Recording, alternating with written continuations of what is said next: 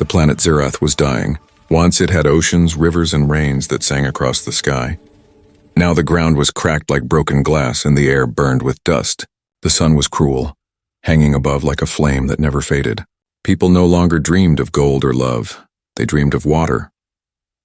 In this dying world walked a girl named Lyra. Her steps were slow. Her lips were dry.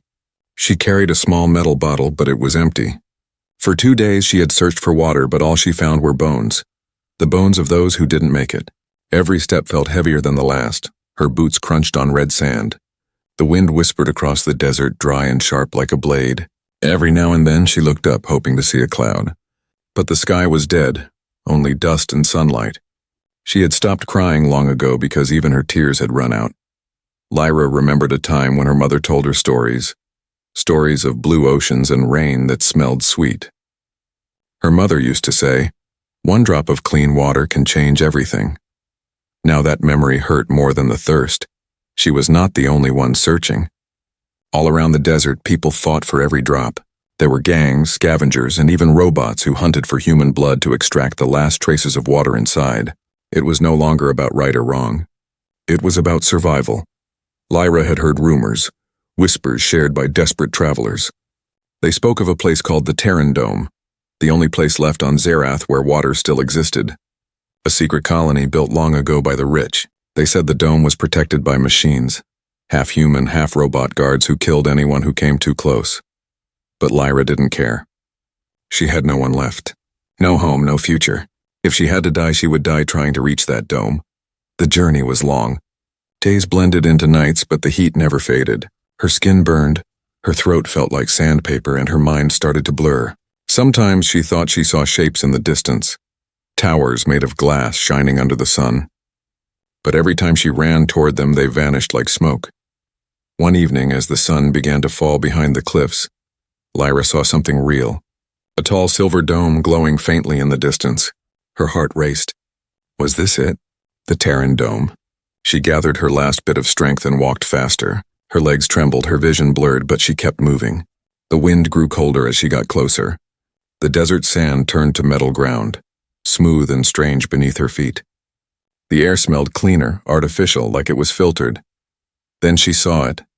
The gate. A huge door of steel stood before her, covered with strange symbols and blinking red lights. It looked alive, like a creature watching her. She touched it and the metal pulsed as if it could feel her hand. "Please," she whispered. Just one drop, her voice cracked, breaking into silence. Suddenly she heard a sound. A soft metallic hiss. Something was moving behind the door. Lyra stepped back, fear crawling up her spine. Then the gate split open with a deep mechanical sound, and from the shadows stepped a figure. Tall, wearing black armor that shimmered in the fading light. His face was human, but his eyes glowed silver. He spoke in a calm, steady voice. "No one is allowed near the dome. Turn back." Lyra could barely stand. Her knees shook, her throat burned. I need water," she whispered. "Please." The figure tilted his head, studying her. His expression didn't change, no pity, no emotion. He stepped closer, his eyes scanning her from head to toe. A small red light blinked across her face. "You have no access code," he said. "You are an outsider." She fell to her knees. "Then kill me," she said weakly. "Because I can't go back." For a moment there was silence. The only sound was the soft hum of his armor. Then the man's voice softened, just a little. "What is your name?" "Lyra," she whispered. He paused. Something flickered behind those silver eyes. Something almost human. "I am Elior," he said. "And you should not be here." Lyra looked up at him, her eyes full of desperation. "I heard you have water. Just one drop." "I'll do anything." Elior said nothing. He looked at the horizon, at the endless desert where millions had already fallen. His orders were clear. No outsider should enter. But as he looked at Lyra, something inside him felt wrong. He shouldn't feel. Machines don't feel. And yet, he did. Lyra's head dropped forward as she collapsed into the dust. Elior caught her before she hit the ground. Her skin was burning, her pulse fading. As he held her, he noticed a mark on the back of her neck. A small barcode burned into her skin. He stared at it for a long moment. Then his eyes widened. That mark, it belonged to the council, the rulers of the dome. But why would one of their own be dying outside? He looked back toward the dome gate. If anyone saw this, he would be destroyed. But he couldn't just let her die. For the first time, the silver-eyed guard hesitated between command and conscience. And then, without another thought, he carried her inside. Lyra woke to the sound of humming machines. Soft blue light shimmered around her. She was lying on a cold metal bed inside a small chamber. For a moment, she thought she had died and was floating in some strange afterlife. But the pain in her throat told her otherwise. She was still alive. Her eyes moved slowly across the room. Silver walls pulsed with faint light, as if the building itself was breathing. Strange pipes carried glowing blue liquid. Water. Real water. The sight made her heart ache. Then she saw him, standing by the door, still and silent, like a statue carved from steel and shadows. The man with silver eyes, Elior. He turned toward her, his movements smooth, almost too perfect. His face looked human, but his eyes gave him away. Cold metal orbs, spinning faintly like small planets of light. His voice was calm but deep with a strange echo. "You're awake." Lyra tried to speak, but her voice came out rough. "Water." Elior didn't answer. Instead, he walked to the wall and pressed a button. A glass container opened, revealing a single shining droplet inside, suspended in midair, glowing like a jewel. Lyra stared at it. It was the most beautiful thing she had ever seen. Elior took a small tube and filled it with the drop, then handed it to her. "One sip," he said. "No more." She nodded weakly and drank. The taste was pure and cold. The moment it touched her tongue, her body felt alive again. Tears filled her eyes. Real tears, the first she'd felt in months. "Why?" she whispered. "Why are you helping me?" Elior didn't look at her. He was watching the lights on the wall. "You were dying," he said simply. "I do not like death." Lyra studied him closely. His skin looked real, but too perfect. Smooth, pale, untouched by the sun. "You're not human, are you?" He turned his silver eyes toward her. "Not anymore." Silence filled the room. Elior finally said, "I was human once, before the Great Drought. I volunteered to become a hybrid, part machine, part man, to protect the dome. I was told it would save humanity." "Did it?" Lyra asked softly. He looked away. "No, it only saved the powerful." Outside the chamber, a faint alarm beeped and then stopped. Elior's head tilted slightly, like he was listening to something only he could hear. "You shouldn't be here," he said. "If the council finds you, they'll erase both of us." Lyra frowned. "The council? I've heard that name. Who are they?" "They rule the dome, they control the water. To them, life is just a number on a screen." His voice grew colder. "And you carry their mark." Lyra froze. "My mark?" Elior stepped closer and touched the back of her neck gently. "The barcode, burned into your skin. It belongs to the council. Every citizen inside the dome has one. But you were found outside. That means someone threw you away." Her heart pounded. "That can't be true. I don't remember." Elior's gaze softened slightly. "Memory loss is common in dehydration. But the council doesn't make mistakes. If they marked you, you're part of something bigger." Lyra looked at the glowing pipes again. "They have all this water and they let people die out there, children, families. Why?"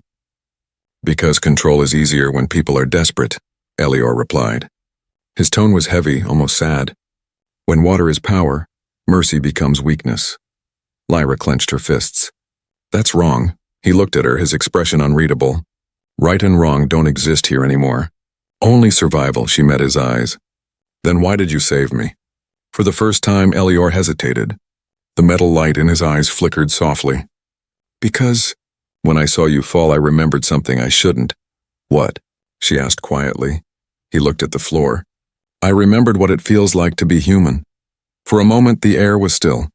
Lyra felt something shift, a strange connection between them, fragile but real. But before she could speak again, a loud alarm burst through the room. Red lights flashed. The walls vibrated. Elior's expression changed instantly. "They've detected an unauthorized energy use." "Someone saw the water drop I gave you." Lyra's heart raced. "What does that mean?" "It means they're coming." He moved quickly, grabbing her arm and pulling her toward the door. His grip was strong but careful, like he was holding something precious. "Wait," she said. "Where are we going?" "Out of sight," he said. "If they find you, they'll kill you. If they find me helping you, they'll shut me down." The corridor outside was dark, filled with the hum of machines and distant footsteps. The dome felt alive like a giant breathing creature. Shadows moved across the walls. Elior stopped at a corner and pressed his hand against a hidden panel. A small door opened, revealing a narrow tunnel filled with cables. "This way," he said. Lyra looked back, fear and confusion in her eyes. "Why are you risking this?" Elior's silver eyes met hers. "Because something tells me you're the reason this world might change." Before Lyra could reply, the sound of metal footsteps echoed behind them. Heavy, fast, and close. Elior pushed her into the tunnel. "Go," he whispered. As they disappeared into the dark, red lights glowed behind them, and mechanical voices filled the hall. "Unauthorized human detected. Hybrid Unit 3 in violation. Termination protocol activated." Lyra turned once more, her breath shaking. The machines were coming, and the man with silver eyes was no longer her enemy. He was her only hope. The tunnel was cold and dark. Pipes ran along the walls, humming softly with the sound of flowing water. Lyra followed Elior through the narrow path, her heart pounding. Every few seconds, red warning lights flickered behind them. The sound of metal footsteps echoed through the dome's halls. They were being hunted. Lyra stumbled once, catching herself on the wall. "Who are they?" she whispered. "The enforcers," Elior replied quietly. "Machines built to keep order. They don't stop. They don't question. Like you?" she asked, out of breath. He paused for a second. "Not like me. I was built to protect life. They were built to control it." They kept moving until the tunnel opened into a large chamber filled with silver tanks. Each tank glowed faintly blue, filled with pure liquid water. Lyra froze, staring in awe. Thousands of gallons, maybe millions, locked away behind glass. "This could save everyone," she whispered. "Why do they keep it here?" Elior's voice was flat. "Because only the council decides who deserves life." Lyra clenched her fists. "And the people outside? The children dying in the dust? They are not part of the plan," he said quietly. Lyra turned to him, her eyes burning with anger. "Then your plan is wrong." For a long moment, neither spoke. The silence between them was heavy, filled with pain, guilt, and something else. A feeling neither of them understood. Suddenly, Elior's head jerked. His eyes flashed. "They've found us," he said. "Keep behind me." The chamber door burst open. 2 enforcers marched in, tall, metallic soldiers with red lights where their eyes should be. They raised their weapons, mechanical voices echoing. "Unauthorized hybrid detected. Human presence confirmed. Eliminate." Elior stepped forward. His voice was calm but firm. "Override code 9 to 7, stand down." The enforcers stopped for a split second, processing. Then one spoke coldly. "Override rejected. Unit 3 is compromised." Elior moved faster than Lyra could blink. His arm shifted, metal plates sliding apart, forming a weapon. He fired a burst of blue energy, hitting one enforcer square in the chest. The machine exploded into sparks. The other lunged forward, swinging its blade arm. Elior blocked it, the sound of metal clashing filling the air. Lyra ducked behind a tank, trembling. She wanted to help, but she was helpless, human and fragile in a world of steel. The second enforcer grabbed Elior by the throat, sparks flying as its blade cut deep into his shoulder. Elior gritted his teeth and forced his arm upward, smashing the machine's head against the wall. It fell, twitching, and went still. For a moment, all was silent. Only the sound of Elior's heavy breathing. He turned to Lyra. "Are you hurt?" She shook her head. "You saved me." Again, he looked at his wounded arm. Liquid metal dripped from the cut, glowing faintly blue. It wasn't blood. It was the same water that powered the dome. Lyra stared. "That's water. Inside you?" He nodded slowly. "Every hybrid carries it. It's part of our energy source." Her eyes widened. "That means you could give water to others." He looked away. "I could, but it would kill me." She stepped closer. "You gave me a drop before, didn't you?" Elior didn't answer. He looked at her. Really looked. And in that silence, she already knew. The drop that saved her life had come from him. She felt tears burn her eyes. "Why would you do that?"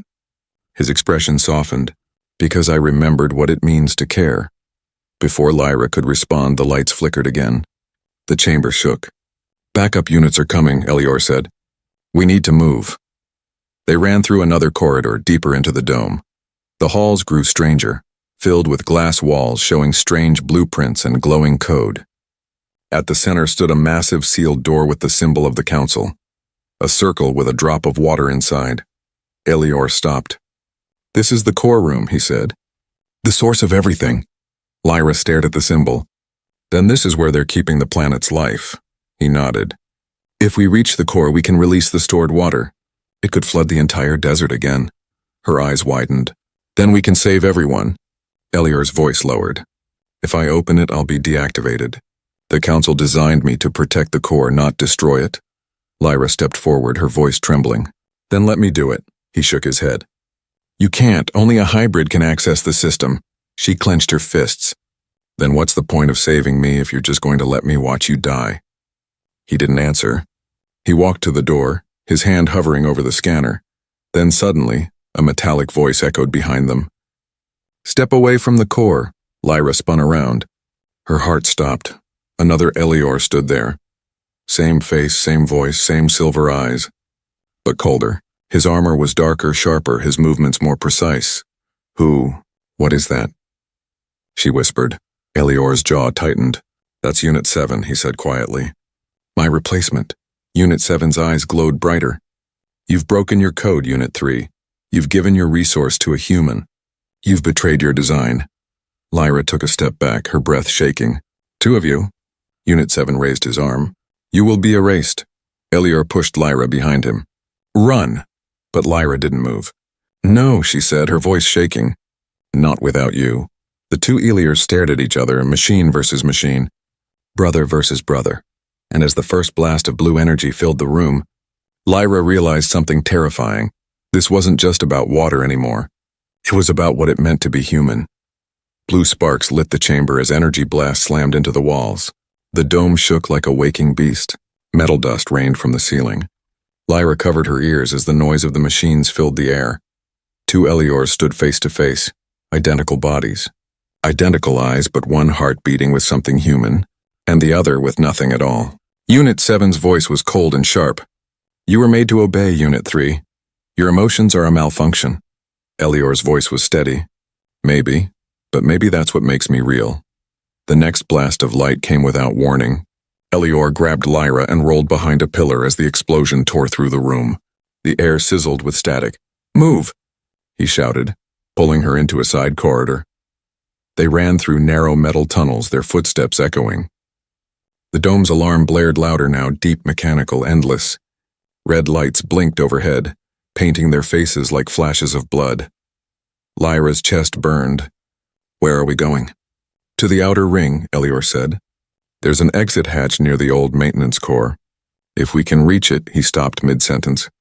His sensors flashed. "No, they've sealed the main doors." Lyra looked around, panicked. "Then what now?" Elior's jaw tightened. "Then we run through the dome." He led her down another corridor. The path opened into a wide walkway surrounded by glass walls. Outside, Lyra could see tanks of shimmering blue water stretching for miles, the dome's hidden ocean. Below, robotic arms moved endlessly, cleaning and filtering the liquid like slaves that never rested. Lyra slowed, staring at it all. "So much water," she whispered. "And people outside are dying." Elior didn't look back. "If the council's control breaks, everything they built will collapse." "Good," she said, her voice shaking. "Let it collapse." Elior turned to her. For a moment, the cold machine in him softened. "You sound like someone who still believes in change." Lyra met his silver eyes. "Someone has to." A sudden rumble shook the ground. From the other end of the walkway, metal doors exploded open. Enforcers poured out, tall, armored, and merciless. Red beams of light scanned the area. "Run!" Elior pushed Lyra forward. They sprinted down the walkway. Blaster fire cracked behind them, lighting up the air. Elior shielded Lyra, his armor absorbing most of the hits, sparks flying from his back. He stumbled but didn't stop. "Keep going." They reached a bridge connecting two massive chambers. The bridge was narrow, hanging over a pool of dark blue water. Steam rose from below, glowing under neon light. Lyra's heart pounded. She looked down and the fall was endless. "Elior." "I know," he said. "Don't look down." Halfway across, another blast hit. The bridge shook violently. Metal screamed. Elior lost his balance but pulled Lyra to safety. The enforcers were still coming, dozens now marching without fear. Elior turned, firing bursts of blue energy from his arm. Several enforcers fell into the water below, but more kept coming. He looked at Lyra. "Keep running." "I'll hold them." "No," she shouted. "You'll die." "I already did," he said quietly. Lyra shook her head, tears burning her eyes. "You said you wanted to protect life, then don't throw yours away." For a brief second, his metallic face softened again, almost like a smile. "You sound human enough for both of us." Before she could answer, he turned and faced the enforcers head-on. Energy bolts lit up the bridge as he charged, moving like lightning, his silver eyes glowing brighter than ever. Lyra ran to the other side, looking back only once, just long enough to see him surrounded, fighting like a storm. When she reached the end of the bridge, she found a large door marked Maintenance Core, Restricted Zone. She slammed her hand against the panel, but it didn't move. Behind her, Elior's voice shouted through the chaos.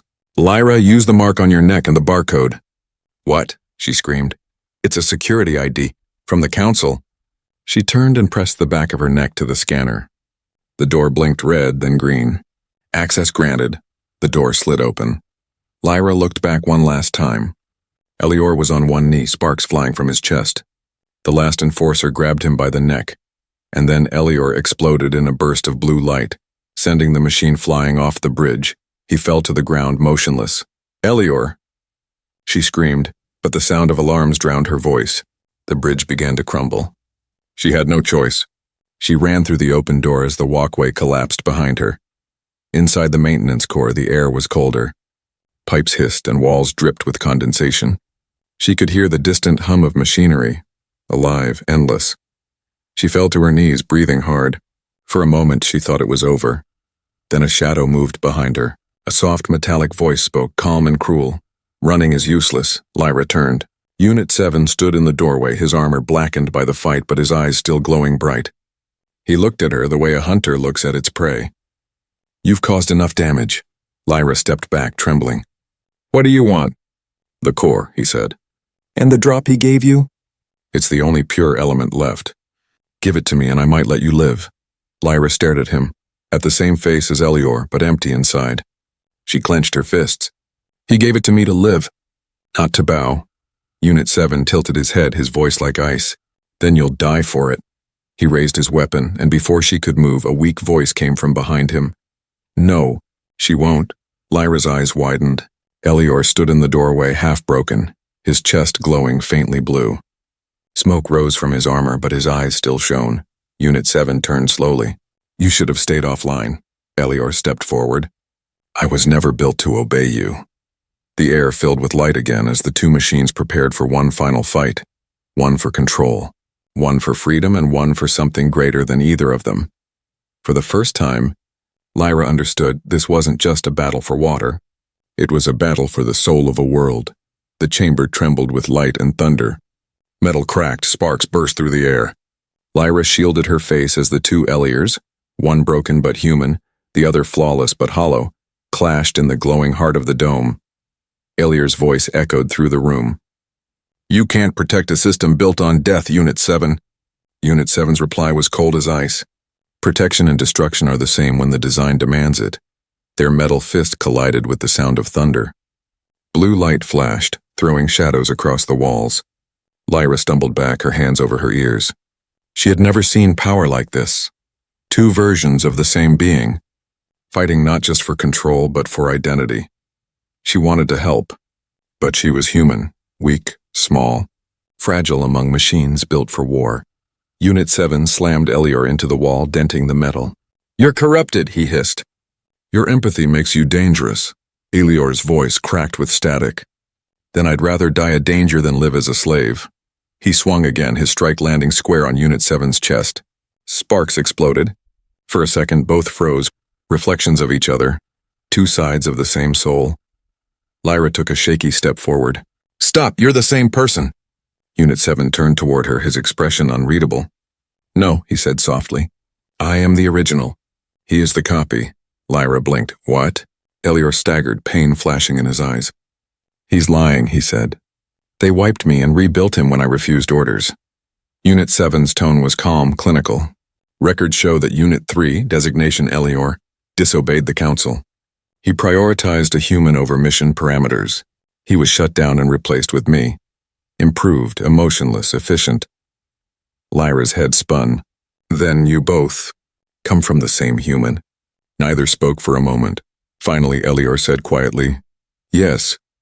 Once, there was a man, a scientist named Dr. Elior Vance. He created us to save Zerath, but the Council took his mind and split it.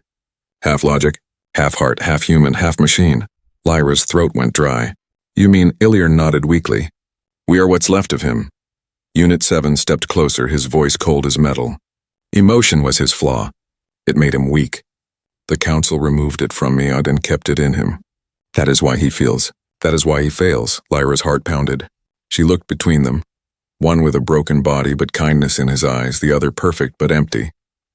"If that's true," she said softly, "then maybe the Council's real mistake wasn't emotion.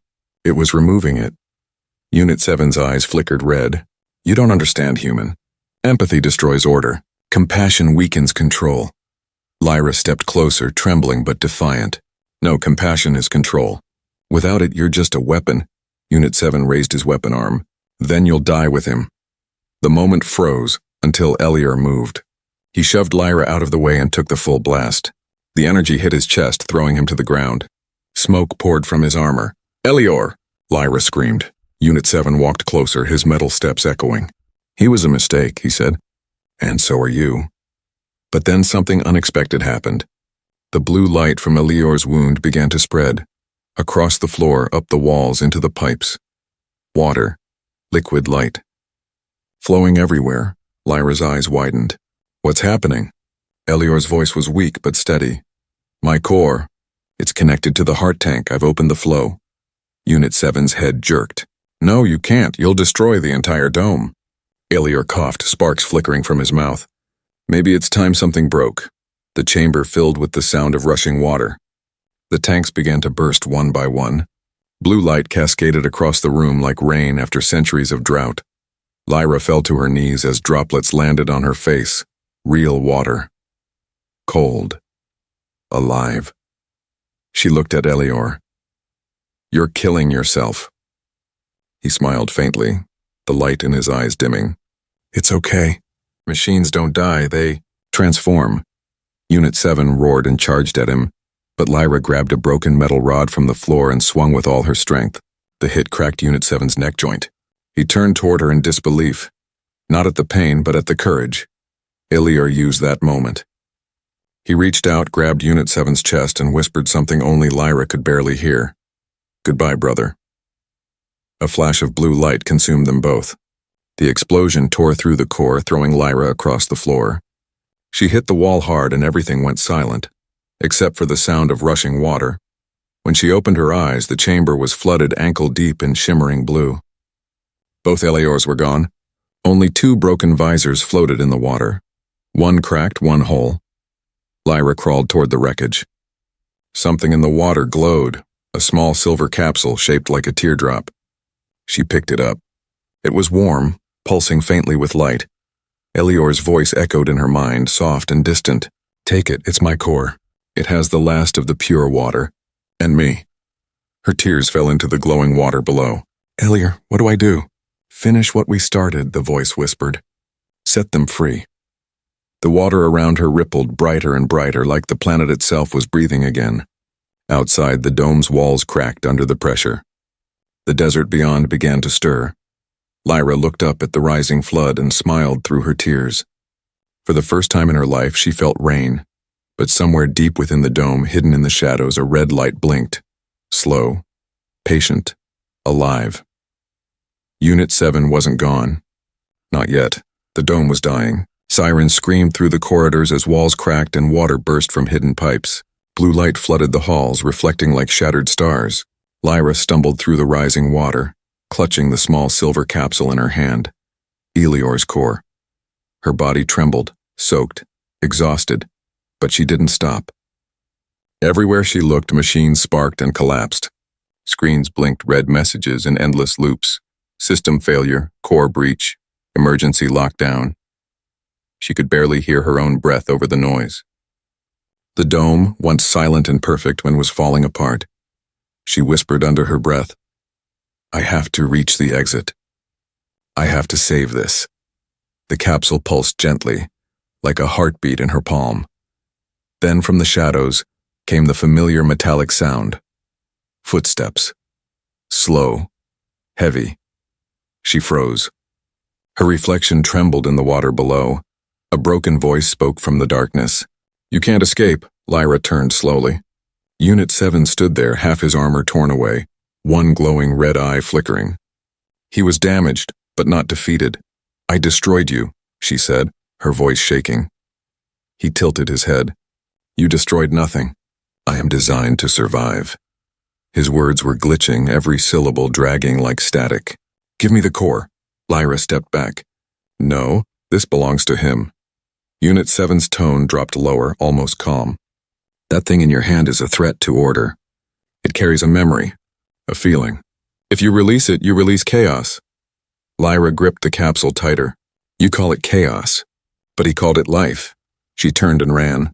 Unit 7's arm transformed into a blade and he followed, fast despite his broken body. The narrow hallway shook with every step. Water sprayed from the ceiling. Lyra slipped, crashed into a wall, but kept running, her lungs burning. Ahead she saw it, a large door with faded letters, "Exit access, surface gate." Her hope flared. She slammed her hand on the control panel, nothing. The power was out. Behind her, Unit 7's reflection appeared in the water, closer now, unstoppable. Lyra looked at the door again. She whispered, "Eliar, help me." The capsule in her hand flickered, once, twice, and then a holographic image appeared. Eliar's face, dim, transparent, but there. "Lyra," his voice said softly, "you can't run forever." Tears filled her eyes. "He's still alive." "He's coming." "I know," Eliar said. "But the dome is collapsing. You have two choices," her heart pounded. "What choices?" "Option 1, use my core to open the surface gate. You'll escape and the water inside me will stay pure. You can use it to rebuild, but the dome will remain, and the council's systems might survive." Lyra hesitated. "And the other option?" "Option 2, insert my core into the heart tank. It will release all stored water across Zerath, every last drop. The dome will be destroyed. I'll disappear, but the planet will live again." She froze. The choice hit her like a storm. Save him, or save the world? Behind her, Unit 7's shadow grew larger. "Don't listen to him," he said coldly. "He's infected by emotion. Humanity poisoned this planet once. It will do it again." Lyra looked at Elior's fading image. "If I release it, will you die?" Elior smiled faintly. "Maybe, but it's better than living in silence." Tears rolled down her cheeks. "I can't lose you," his voice softened. "You never had me, Lyra. You found me, and that's what makes it real." Unit 7 lunged. The blade swung inches from her face, slicing through metal. She ducked, rolled, and ran for the heart tank chamber. The huge doors opened as if the dome itself wanted this to end. The tank stood in the center, glowing brighter than ever, full of living blue light. Lyra turned. Unit 7 staggered toward her, smoke pouring from his joints. "Don't do this," he warned. "You'll drown them all." She raised the capsule, her hand shaking. "No," she said softly. "I'll free them." Unit 7 roared and charged. Lyra jumped onto the tank platform, pressed the capsule into the control slot, and twisted. A sound like thunder filled the air. The ground shook violently. The tank's surface cracked, light spilling out like a river of stars. Unit 7 tried to reach her, but the surge of energy threw him backward into the flood. Lyra screamed as blue light surrounded her. The water rose, washing over her face, filling the air with the sound of rain. It wasn't death. It was rebirth. Outside, the dome's metal walls burst open. For the first time in centuries, real rain fell on Zerath. The people outside, the survivors, the wanderers, lifted their hands to the sky. Water poured down their faces. They laughed, cried, and shouted the same word again and again. Life. Deep inside the flood, Lyra floated, her eyes half closed. The voice came again, soft, fading, peaceful. "You made the right choice," Elior whispered. "Now, let me go." She smiled weakly through tears. I don't want to. You already did, he said, his voice like the wind. You gave me what I'd forgotten, a reason. The light dimmed. His voice faded. The capsule dissolved in her hand. The storm outside grew louder, washing the desert clean, and as Lyra sank into the water, she realized she wasn't dying. She was becoming part of it. Hours later, the dome was gone. The land shimmered under sunlight, covered in lakes and rivers. From the distance, the planet looked alive again, blue and shining. But far beneath the surface, in the ruins of the dome, a faint red light blinked among the broken machines. Unit 7's core. Still pulsing, the storm had ended. For the first time in centuries, the planet Zerath was quiet. The air smelled of rain, not dust. The ground shimmered with pools of clean, living water. The sky, once red and cruel, might have painted blue. Lyra opened her eyes slowly. She was lying on soft, wet soil. The sun's rays touched her face, warm and gentle. For a moment, she didn't know where she was, or if she was alive. Then she felt it. The earth beneath her was breathing. The desert was alive again. She sat up, her hair dripping with rain. All around her, survivors of the wasteland were emerging from the ruins. People who once crawled for a single drop of water were now laughing, crying, kneeling in puddles. Some drank from their hands. Others lifted children into the air, letting the rain wash the dust from their faces. Lyra watched them in silence, her heart heavy and light all at once. It was over. Zerath was reborn, but Elior was gone.